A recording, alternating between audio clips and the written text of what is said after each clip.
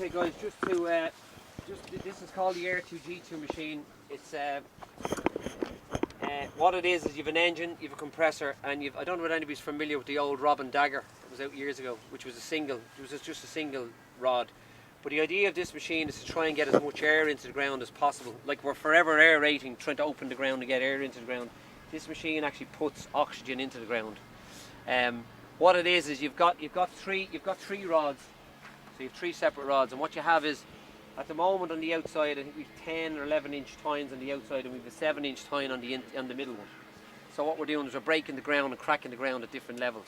The way it works is the shaft here goes down onto the ground with the pads just to protect the turf, and then it fires the rod into the ground.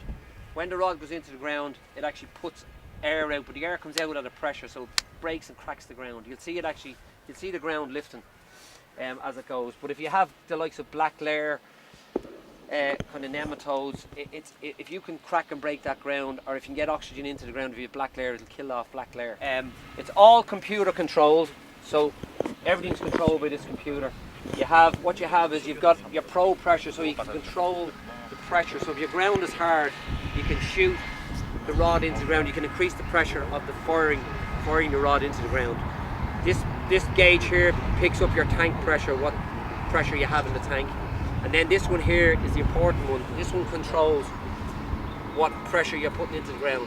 Now if I'm going onto a standard green, I'd start off at about 20 psi and just see what the movement is in the green. If your greens are really good, you can actually increase the pressure. If your greens are compacted, little pressure will move the green. So if your greens are compacted at 20 psi, you'll see the movement in the greens. At kind of 60, 70, 80 psi, your greens are not too bad.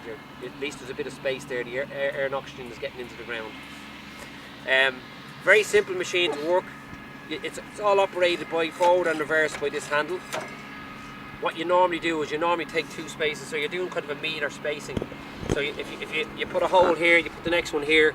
On your next run, you'd kind of go the middle of the next. You start here, because what you don't want to do is you don't want to go too close to your last hole, because all you're doing is blowing air back up through the hole. So you're trying to.